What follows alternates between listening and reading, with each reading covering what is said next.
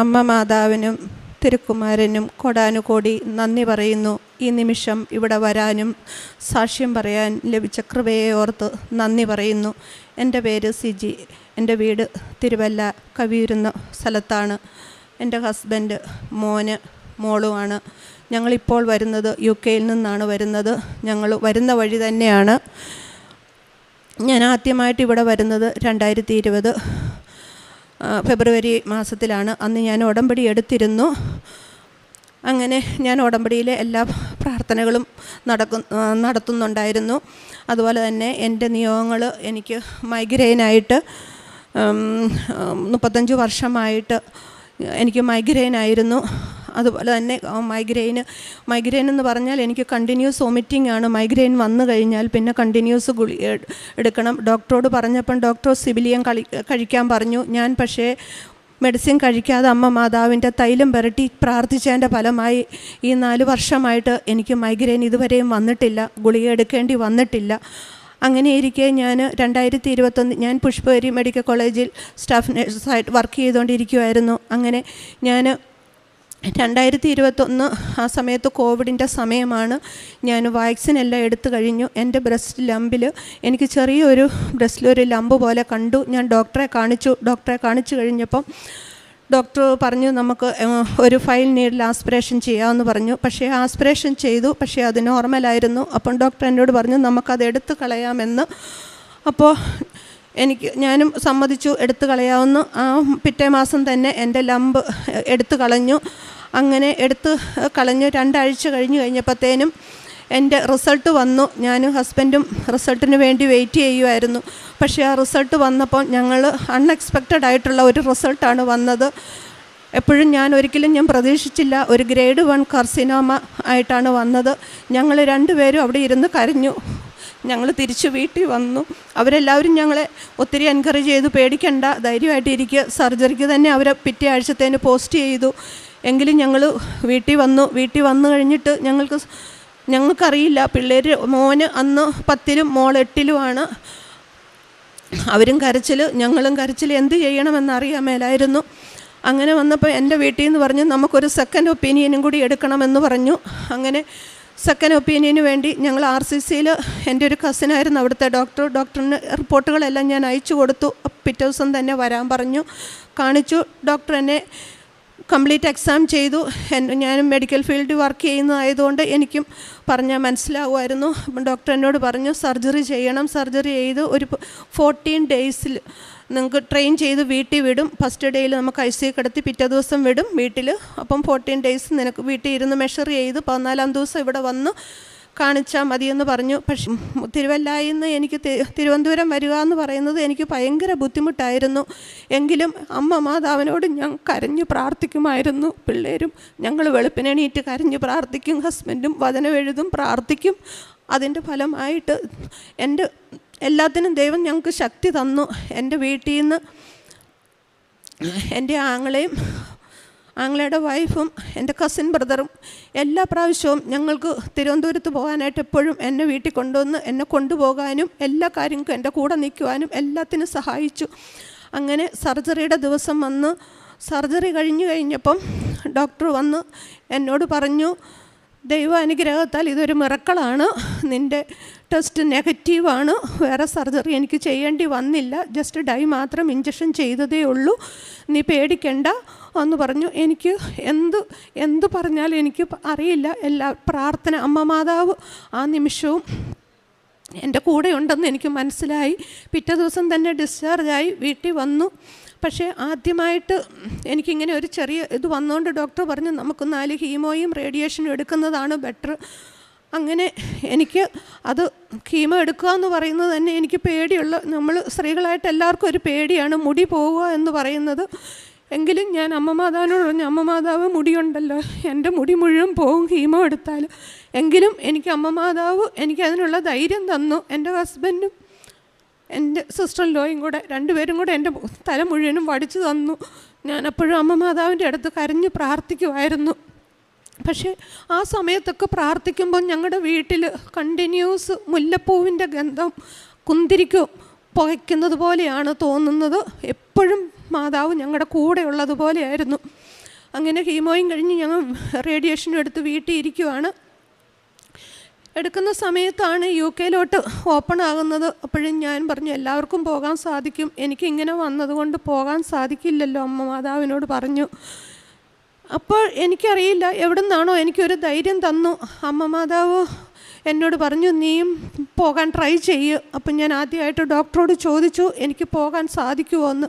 അപ്പം ഡോക്ടർ പറഞ്ഞു നിനക്ക് ധൈര്യമായിട്ട് നിനക്ക് പൊക്കോ, ഒരു കുഴപ്പമില്ല, എവിടെ വേണേലും പൊക്കോളാൻ പറഞ്ഞു. അങ്ങനെ ഞാൻ അമ്മ മാതാവിനോട് ഒരു കാര്യം ചോദിച്ചുള്ളൂ, എന്നെ വിടാൻ ആഗ്രഹം ഉണ്ടെങ്കിൽ മാത്രം ഞാൻ IELTS എഴുതാൻ പോവുകയാണ്, എനിക്ക് ആവശ്യമുള്ള സ്കോർ തന്ന് എന്നെ വിജയിപ്പിച്ചാൽ മതി, അല്ലെങ്കിൽ എന്നെ ഫെയിലാക്കിക്കോളാൻ ഞാൻ അമ്മ മാതാവിനോട് പറഞ്ഞു. അമ്മ മാതാവ് എനിക്ക് ആവശ്യമുള്ള സ്കോർ തന്നു. ഞങ്ങൾ മോന് 18 വയസ്സ് സെപ്റ്റംബറിലാകുമായിരുന്നു. അപ്പോഴും ഞാൻ ഓർത്തു ഞങ്ങൾ ഫാമിലി എന്നെ തന്നെ ഇവർ വിടത്തില്ല, കാരണം എനിക്ക് വയ്യാന്ന് പറഞ്ഞുകൊണ്ട് ഇവരെന്നെ വിടിയല്ല, ഒന്നിച്ച് പോകാനാണെങ്കിൽ പോയാൽ മതി. ആദ്യമായിട്ട് ഞങ്ങളെല്ലാവരും കൂടെ പോകുകയെന്ന് പറയുമ്പം പാടായിരുന്നു. അമ്മ മാതാവിനോട് പറഞ്ഞു അമ്മ മാതാവേ നീ അവിടെ ക്രമീകരിച്ച് തരണേ എന്ന് പറഞ്ഞു. അതും അമ്മ മാതാവ് ഞങ്ങളെ ഒന്നിച്ചായിട്ട് ഓഗസ്റ്റ് 2, 2022 UK പോകാനുള്ള എല്ലാ അമ്മ മാതാവും ഞങ്ങൾക്ക് ക്രമീകരിച്ച് തന്നു. ഞാൻ ഉപ്പും തൈലവും വെച്ച് ഓരോ കാര്യത്തിന് പോകുമ്പം പ്രാർത്ഥിക്കുമായിരുന്നു. അതിൻ്റെ ഫലമായിട്ട് എനിക്ക് ആദ്യമേ അവിടെ കെയറിങ് ഡ്യൂട്ടി ആയിരുന്നു. അപ്പോഴും ഞാൻ അമ്മ മാതാവ് ആദ്യമേ ബുദ്ധിമുട്ടായിരുന്നു. ഞാൻ ഓരോ ദിവസവും ഞാൻ ശക്തമായിട്ട് പ്രാർത്ഥിക്കുമായിരുന്നു. അതിൻ്റെ ഫലമായിട്ട് എനിക്ക് CBT OSCE ഒക്കെ എനിക്ക് എഴുതാൻ സാധിച്ചു. ഇപ്പം അമ്മ മാതാവ് ഞാൻ ആഗ്രഹിക്കാത്ത കാര്യമാണ്, അമ്മ മാതാവ് എനിക്ക് NHSൽ ഒരു നേഴ്സായിട്ട് എനിക്ക് ജോലി ലഭിച്ചു. ഇപ്പം ഞാൻ അവിടെ വർക്ക് ചെയ്തുകൊണ്ടിരിക്കുന്നു. എൻ്റെ അടുത്ത അനുഗ്രഹം എന്ന് പറയുന്നത് എൻ്റെ മോനാണ്. ആ സാക്ഷ്യത്തിനാണ് ഞാൻ അമ്മ മാതാവിൻ്റെ അടുത്ത് വന്ന് സാക്ഷ്യം പറഞ്ഞിട്ട് ഞാൻ വീട്ടിൽ പോകുള്ളൂ എന്ന് പറഞ്ഞാണ് അമ്മയോട് ഞാൻ പറഞ്ഞത്. എൻ്റെ മോനവിടെ BSc നഴ്സിങ്ങിന് 2nd ഇയർ പഠിക്കുകയാണ്. അവനവിടെ പാർട്ട് ടൈം ജോലി ചെയ്യുന്നുണ്ട്. ഒരു ദിവസം എല്ലാ സാറ്റർഡേയും നൈറ്റാണ് അവൻ ചെയ്യുന്നത്. ഒരു ദിവസം കഴിഞ്ഞ് ഈ ഡിസംബർ 2024 ഫസ്റ്റ് വീക്കിലെ സാറ്റർഡേയിൽ അവൻ ജോലി ചെയ്യുമായിരുന്നു. ഏകദേശം ഒരു 2 മണിയോടൊക്കെ ആയപ്പോൾ ഒരു റെസിഡൻറ്റിൻ്റെ ബഹളം കേട്ട് എൻ്റെ മോൻ അവിടെ ചെന്ന് നോക്കി. അപ്പോൾ അമ്മ വയലൻ്റ് ആയിരുന്നു. അപ്പോൾ ഇവൻ റീഅഷുറൻസ് എല്ലാം കൊടുത്തു. അമ്മ നേരം വെളുക്കുമ്പോൾ ഞാൻ ചെയ്യാമെന്നൊക്കെ പറഞ്ഞു. അപ്പോഴത്തേന് ഇവൻ്റെ സീനിയർ അങ്ങോട്ട് വന്നു. സീനിയർ വന്നു കഴിഞ്ഞ് പറഞ്ഞു നീ പൊക്കോ, നീ ബാക്കിയുള്ള ജോലി ചെയ്തോ, ഞാനിവിടെ ഒന്ന് മാനേജ് ചെയ്തോളാമെന്നും പറഞ്ഞ് ഇവനെ പറഞ്ഞു വിട്ടു. 1 മണിക്കൂർ കഴിഞ്ഞപ്പോഴത്തേനും സീനിയറും ഇവനെ വിളിച്ചു, എഡ്വിനെ നീയാണോ ആ പേഷ്യൻ്റെ ദേഹത്തൊരു സ്കിൻ ടയർ ഉണ്ട്, നീ വല്ലതും കാണിച്ചോന്ന് ചോദിച്ചു. മോൻ പറഞ്ഞു ഞാൻ തൊട്ടിട്ടില്ല, അവനങ്ങനെ ചെയ്യത്തില്ല, കാരണം സ്റ്റാഫ് എല്ലാവർക്കും അറിയാം ഇവൻ പേഷ്യൻ്റ് നല്ല സ്നേഹത്തോടു കൂടി മാത്രം പെരുമാറുന്ന മോനാണ്.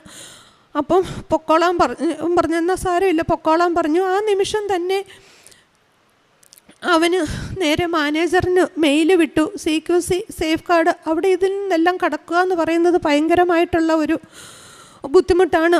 അതൊരു ഫിസിക്കൽ അബ്യൂസാണ്, ക്രിമിനൽ കേസാണ്. ഇവനെ പഠനത്തെ തന്നെ ബാധിക്കും, DBS കിട്ടത്തില്ല. അവിടെ നിൽക്കുന്ന എല്ലാവർക്കും അറിയാം ഒരു സ്കിൻ ടയർ ഉണ്ടായാലത്തെ ബുദ്ധിമുട്ട്. ഞാനപ്പോൾ ഓൺലൈൻ ഉടമ്പടി എടുത്തു. ഞാൻ ശക്തമായിട്ട് ഞങ്ങളെല്ലാവരും പ്രാർത്ഥിച്ചു. വെളുപ്പിന് എണീറ്റ് പ്രാർത്ഥിക്കും. മക്കളും പ്രാർത്ഥനയിലോട്ട് വന്നു. ശക്തമായിട്ട് അവനും വിശ്വാസത്തിൽ കൂടുതൽ ആഴപ്പെട്ടു. പ്രാർത്ഥിച്ചതിൻ്റെ ഫലമായി ഇവന് ധൈര്യമില്ല. മീറ്റിങ്ങിലൊക്കെ അറ്റൻഡ് ചെയ്യാനായിട്ടൊന്നും ഇവന് ധൈര്യമില്ല. അപ്പോൾ അവൻ പറഞ്ഞു അമ്മേ എനിക്ക് പേടിയാണ്, എത്രയും CQC എന്നൊക്കെ പറയുന്നത് പുറത്തുനിന്ന് വരുന്ന ആൾക്കാരാണ്. അവൻ പറഞ്ഞു അമ്മേ എനിക്ക് പേടിയാണ്. ഞാൻ പറഞ്ഞു അമ്മ മാതാവിനെ ഞാൻ നിൻ്റെ കൈ തന്നു വിടും, നീ പേടിക്കണ്ട, അമ്മ മാതാവ് നിൻ്റെ കൂടെയുണ്ട്. ഞാൻ എൻ്റെ കാശുരൂപം അവൻ്റെ കഴുത്തേലിട്ട് കൊടുത്തു. അതുപോലെ തന്നെ ഞാൻ ഉപ്പും കൊടുത്തു വിട്ടു. നീ ചെല്ലുന്നിടത്ത് ഇടുക, നീ പേടിക്കണ്ട, വിശ്വാസ പ്രമാണം ചെല്ലിയാൽ മതി, നിനക്കതിനുള്ള ധൈര്യം തരും. അമ്മ മാതാവ് അവൻ്റെ കൂടെ നിന്ന് 4 പേരുണ്ടായിരുന്നു. എങ്ങനെയാണ് അവൻ പറഞ്ഞു അമ്മ മാതാവ് അവൻ്റെ കൂടെ നിന്നാണ് പ്രവർത്തിച്ചത്. 2 മണിക്കൂർ നേരത്തോളം ക്വസ്റ്റ്യൻ ചോദിച്ചു. ഇതെല്ലാം ഇവന് പറയാൻ സാധിച്ചു. പുറത്തോട്ട് ഇറങ്ങി വന്നു കഴിഞ്ഞപ്പോഴേ മാനേജർ ഇവനെ ഹഗ് ചെയ്തു. ഇവൻ്റെ ഇന്നസെൻ്റ് അവിടെ മനസ്സിലായി. ആ സീനിയർ ആയിരുന്നു ചെയ്ത, ആ സീനിയറിനെ അവിടെ നിന്ന് വിട്ടു. അത് കഴിഞ്ഞാണ് അറിയുന്നത് അവൻ ആ സീനിയർ അവിടെ വരുന്ന എല്ലാവരെയും ഇങ്ങനെ ചെയ്യുമായിരുന്നു എന്ന്. പിന്നെ എനിക്കവിടെ ഇവനെ കണ്ടിന്യൂ ചെയ്യണമെന്ന് എനിക്ക് ആഗ്രഹമില്ലായിരുന്നു. പക്ഷേ മാനേജറും ഇവൻ്റെ ബാക്കി എല്ലാ ഫ്രണ്ട്സും ഇവനെ വിടത്തില്ല അവിടുന്ന്. ഇപ്പോഴും അവൻ അവിടെ കണ്ടിന്യൂ ആയിട്ട് ജോലി ചെയ്യുന്നു. അമ്മ മാതാവിന് കോടാനുകോടി നന്ദി പറയുന്നു. അതുപോലെ തന്നെ ഇവന് ഡ്രൈവിംഗ് ലൈസൻസ് അവിടെ ലഭിക്കുക എന്ന് പറയുന്നത് ഭയങ്കര ബുദ്ധിമുട്ടാണ്. ഇവൻ പഠിക്കാൻ പോയില്ല. ഇവൻ്റെ ഒരു ഫ്രണ്ട് കുറേ സമയം ഇരുന്ന് പഠിപ്പിച്ചു. അവൻ പരീക്ഷയ്ക്ക് കഴിഞ്ഞ മാസം പോയപ്പോൾ അവൻ എന്നോട് പറഞ്ഞു, അമ്മ ഞാൻ പഠിച്ചിട്ടില്ല, ഞാൻ ഒന്നും കൂടെ മുന്നോട്ടെടുത്താൽ. ഞാൻ പറഞ്ഞു, എടുത്ത ഡേറ്റിൽ തന്നെ നീ പരീക്ഷയ്ക്ക് പോകുക. ഞാൻ പറഞ്ഞു, അമ്മ മാതാവല്ലേ നിൻ്റെ കൂടെ ഇരുന്നോൾ, അപ്പുറത്തെ സീറ്റ് വരുന്നു. ഞാൻ ആ സമയത്ത് പോകുന്ന വാഹനത്തേൽ ഞാൻ വിശ്വാസ പ്രമാണം ചൊല്ലി ഞാൻ ആ വാഹനത്തിൽ മുഴുവൻ ഉപ്പിട്ടു. എണ്ണ കൊണ്ട് സ്റ്റിയറിങ്ങിൽ കുരിശ് വരച്ചു. അതുപോലെ തന്നെ ആ കാശുരൂപം അവൻ്റെ ദേഹത്തിട്ട് കൊടുത്തു. അവനെ ഞാൻ പരീക്ഷയ്ക്ക് യാത്രയാക്കി. ഞാനും ഹസ്ബൻഡും അവിടെ ഇരുന്ന് പ്രത്യക്ഷീകരണ പ്രാർത്ഥന കൈവിരിച്ച് പ്രാർത്ഥിച്ചുകൊണ്ടിരുന്നു. ഞാൻ അവനോട് പറഞ്ഞു, നിൻ്റെ റിസൾട്ട് കഴിയുന്നോടം വരെ ഞങ്ങൾ മുട്ടുകുത്തി പ്രാർത്ഥിക്കും. ഇവൻ്റെ ഫോൺ വരികയും എന്നാലും ഞാൻ വിശ്വാസത്തിൽ തന്നെ ഓർത്തു, അമ്മയെ ഞാൻ പാസ്സായി.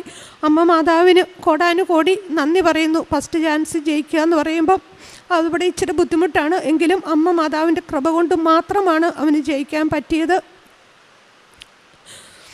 അതുപോലെ തന്നെ മോൾക്ക് അവിടെ അഡ്മിഷൻ ലഭിക്കാനായിട്ട് പാടായിരുന്നു.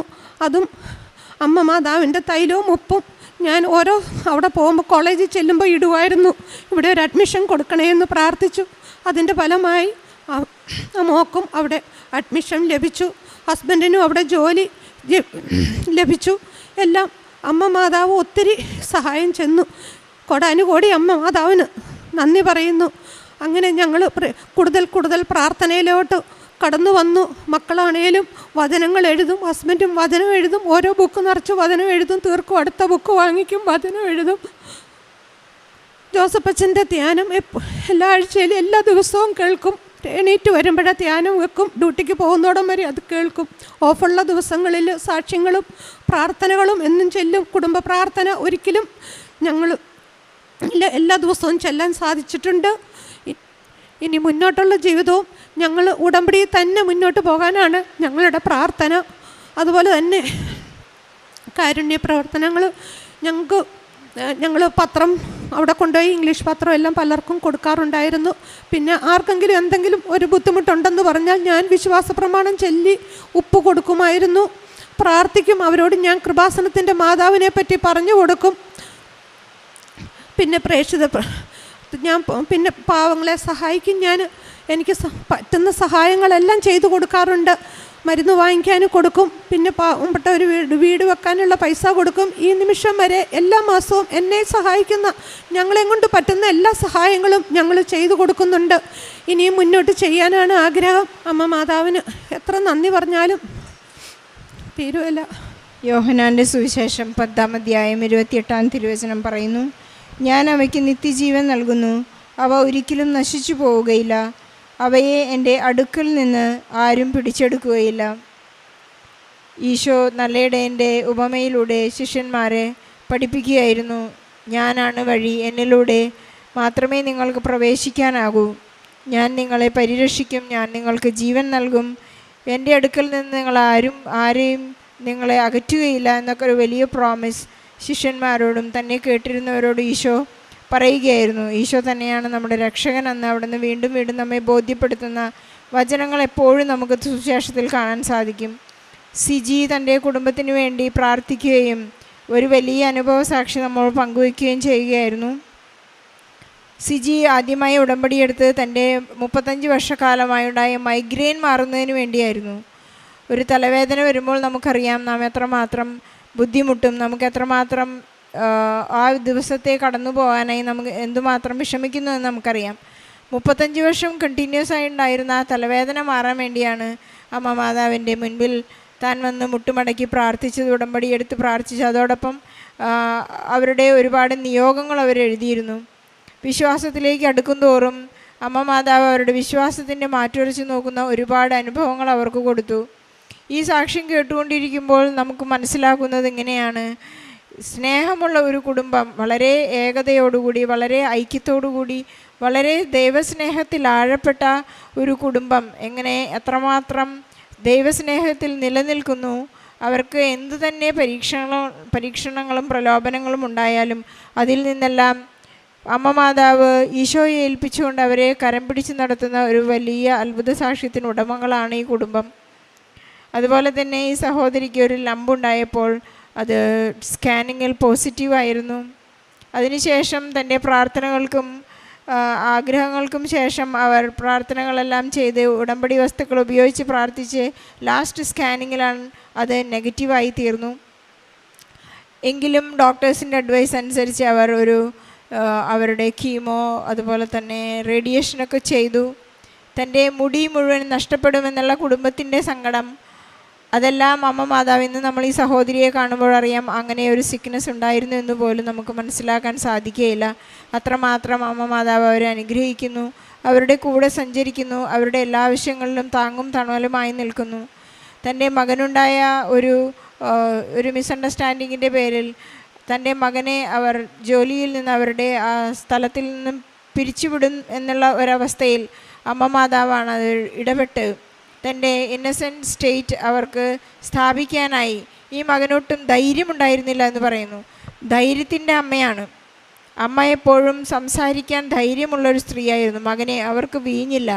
അവരൊരു വലിയ ഷെയിമിലേക്ക് കടന്നു പോവുകയാണെന്ന് പരിശുദ്ധ അമ്മയ്ക്ക് വളരെ ധൈര്യത്തോടു കൂടി തൻ്റെ മകനോട് സംസാരിക്കുവാനും അവർക്ക് വേണ്ടി മാധ്യസ്ഥം അപേക്ഷിക്കാനും സാധിക്കുന്ന ഒരു അമ്മയാണ് നമ്മുടെ അമ്മ. ഈ മകൻ്റെ ആ ധൈര്യക്കുറവിനെയാണ് അമ്മ അവിടെ, താനൊരു തെറ്റും ചെയ്തിട്ടില്ലെങ്കിലും തൻ്റെ ഒരു മിസ്അണ്ടർസ്റ്റാൻഡിങ്ങിൻ്റെ സമയത്ത് പരിശുദ്ധ അമ്മ ഇടപെട്ടുകൊണ്ട് എങ്ങനെ സംസാരിക്കണമെന്ന് ഈ മകനെ പഠിപ്പിച്ചു. വളരെ നീണ്ട ഒരു ഡയലോഗിന് ശേഷം അവർക്ക് തൻ്റെ ആ നിരപരാധിത്വം വെളിപ്പെടുകയും തന്നെ അവിടെ തന്നെ റീഅപ്പോയിൻറ്റ് ചെയ്ത് അവരെ അവിടെ നിന്ന് പറഞ്ഞു വിടാതെ അവിടെ തന്നെ ഇപ്പോഴും റിമെയിൻ ചെയ്യാനും ജോലി ചെയ്യാനും പഠിക്കുവാനും മകനെ സഹായിച്ചു എന്ന് സാക്ഷ്യപ്പെടുത്തുന്നത് പോലെ തന്നെ മകന് ലൈസൻസ് കിട്ടുവാൻ ഉണ്ടായ ആ സ്ട്രഗിൾ, അവിടെ ലൈസൻസ് കിട്ടുക എന്നുള്ളത് ബുദ്ധിമുട്ടാണ്. പക്ഷേ എല്ലാത്തിനും പരിശുദ്ധ അമ്മയിൽ ശരണം വയ്ക്കുന്ന, തങ്ങൾക്ക് എല്ലാം തങ്ങളോട് കൂടെ ഉണ്ടെങ്കിലും സമ്പത്തും സൗഭാഗ്യവും ഉണ്ടെങ്കിലും താൻ പരിശുദ്ധ അമ്മയിൽ ഞങ്ങൾ ആശ്രയിക്കുന്നു എന്നുള്ളതാണ് ഈ സാക്ഷ്യത്തിൻ്റെ മനോഹാരിത. ഇവർ എപ്പോഴും പരിശുദ്ധ അമ്മയോട് ആശ്രയിച്ചുകൊണ്ട് ഞങ്ങൾക്ക് ആവശ്യമായ എല്ലാ അനുഗ്രഹങ്ങളും ഈശോയിൽ നിന്ന് വാങ്ങിത്തരണമേ എന്നാണ് ഇവരുടെ കുടുംബത്തിൻ്റെ എപ്പോഴുമുള്ള പ്രാർത്ഥന. അവർ പ്രാർത്ഥിക്കുമ്പോൾ ഒന്നിച്ച് കരയുന്നു, അവർ സന്തോഷിക്കുമ്പോൾ ഒന്നിച്ച് ചിരിക്കുന്നു എന്ന ഈ കുടുംബത്തിൻ്റെ മനോഹാരിത നമുക്ക് ഈശോയ്ക്കും പരിശുദ്ധ അമ്മയ്ക്കും നന്ദി പറയാം. അവരുടെ കുടുംബവും ബന്ധുക്കളും അയൽക്കാരും എല്ലാവരും തന്നെ സ്നേഹത്തിലാണ്, ദൈവസ്നേഹത്തിൽ ആഴപ്പെട്ടുകൊണ്ടാണ് ജീവിക്കുന്നത്. സിജിയുടെയും കുടുംബത്തിൻ്റെയും ഈ വലിയ സാക്ഷ്യത്തിനെ പരിശുദ്ധ അമ്മയ്ക്ക് ഈശോയ്ക്കും നല്ലൊരു കൈയടി നൽകി നമുക്ക് ഈ സാക്ഷ്യം സമർപ്പിക്കാം. അത്യപൂർവ ദൈവാനുഭവങ്ങൾ ഇനി നിങ്ങൾക്കും സ്വന്തം. ഈ യൂട്യൂബ് ചാനൽ ഇതുവരെ സബ്സ്ക്രൈബ് ചെയ്തിട്ടില്ലെങ്കിൽ ഇപ്പോൾ തന്നെ സബ്സ്ക്രൈബ് ചെയ്യുക. ഈ വീഡിയോ ഇപ്പോൾ തന്നെ നിങ്ങളുടെ സുഹൃത്തുക്കൾക്ക് ഷെയർ ചെയ്തുകൊണ്ട് കർത്താവിൻ്റെ പ്രേക്ഷിതരാകുക.